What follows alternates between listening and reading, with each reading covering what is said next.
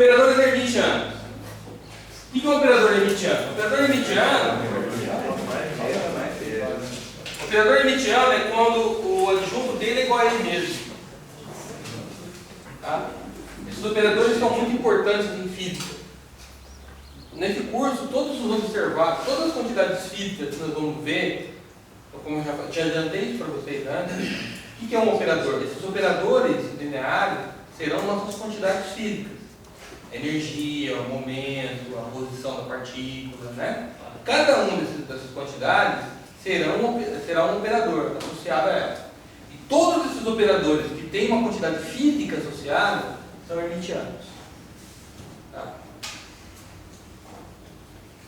Se você usar essa relação, que é aquela relação fundamental que eu falei para vocês que é básica, né? E você usar esse fato, você chega nisso aqui.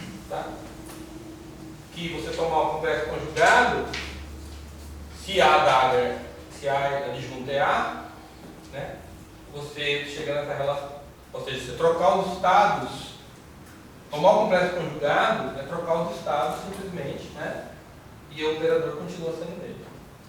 Em termos de matrizes, isso implica como que uma matriz tem que ser para eu transpor, tomar um complexo conjugado e ela continuar sendo igual. Que é isso que eu estou falando aqui, né? Que cara tem que ter uma matriz para eu transpô-la, tomar um complexo conjugado e ela continuar a mesma coisa? Matriz diagonal? Diagonal não precisa ser tão forte assim. Basta que ela seja simétrica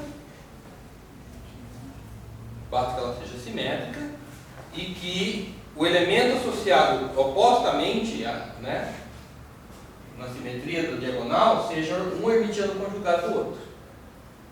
Certo? Que a hora que eu transponho e tomo hermitiano conjugado, um vai no outro e aí fica com a mesma coisa. Se a matriz for real, basta que ela seja simétrica. A parte de cima, triangular superior, tem que ser igual a igual. Eu transponho, dá ela mesma, o complexo conjugado do número real é ele mesmo. Então ela tem o operador. Agora que a gente vai. Estou adiantando para vocês, já falo de representação agora. O operador, em termos de matriz, para ele ser hermitiano, ele tem que ser simétrico. E a matriz tem que ser simétrica. E os elementos têm que ser simétricos com relação à diagonal, um complexo conjugado. Aí viremos adiante, né?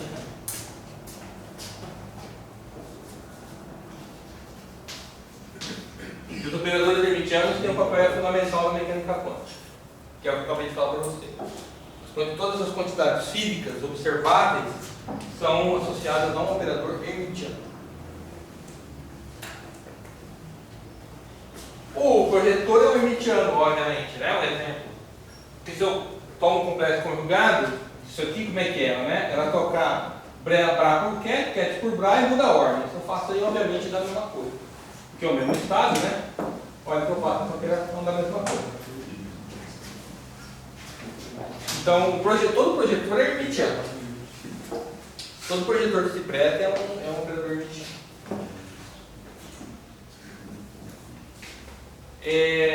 Bom, isso encerra essa parte de as ideias básicas de notação de Dirac, as propriedades nós definimos as propriedades do grupo escalar, operadores, hermiticidade, né, tipo de coisa.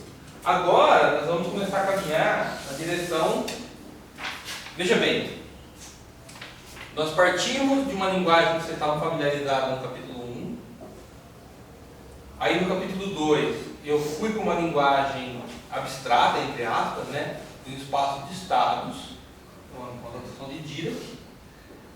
Estamos fazendo isso, mas agora eu quero ver como que eu retorno.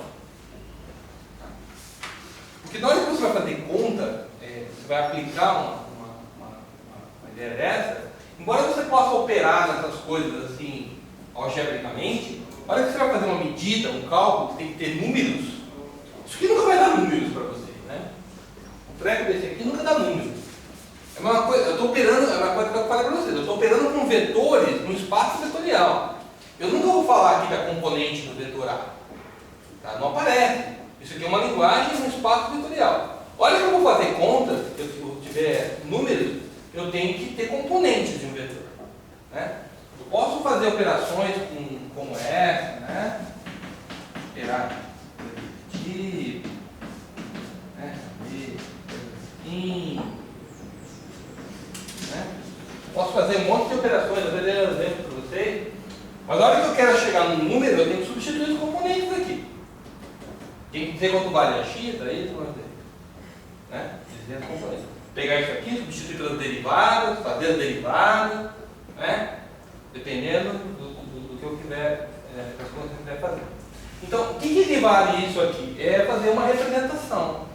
Né? Quando eu chego nesse cara e falo assim, AX igual a AX de mais aí J. Eu estou fazendo uma representação num sistema de eixos desse objeto vetorial. Existem outras, né? Eu poderia fazer representações em θ, φ, z, que é o sistema de coordenadas cilíndricas. Eu poderia fazer uma representação em θ, φ e r, que seria o sistema de coordenadas esféricas. Tá? Mas é o mesmo vetor, é o mesmo ente. Esse cara, para mim, está associado com o ket. Tá? Eu posso operar com o ket sem me referir às coordenadas. A hora que eu quero fazer conta, eu tenho que voltar para um sistema de coordenadas. Qual que eu vou escolher? Qualquer um. Alguém falou, depende da simetria do problema, é exatamente isso. Mas em princípio, qualquer um serve. Tá? Aqui é a mesma coisa. Esse processo de vir daqui para cá é o que eu chamo de representação do espaço-estado. Isso aqui é escolher uma representação para esse vetor.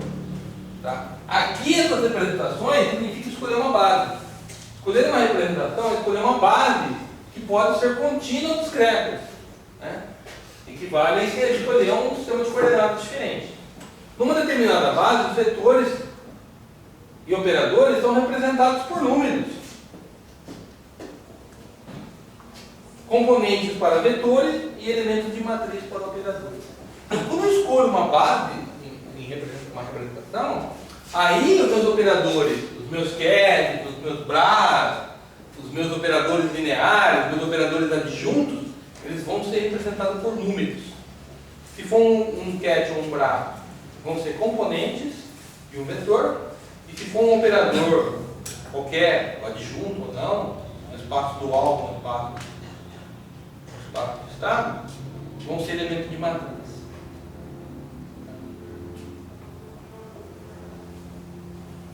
Então agora, como que fica essa linguagem de bases? Né? A gente viu no começo desse capítulo aquela coisa de ortogonalidade, relação de completeza, né?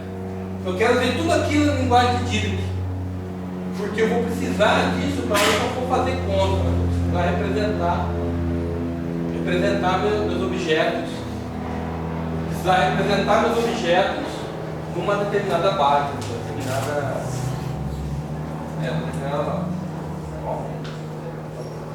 Então estou começando a retornar. Eu fui para uma coisa abstrata e agora estou querendo fazer o caminho de volta, mas usando agora a notação que eu aprendi. Então agora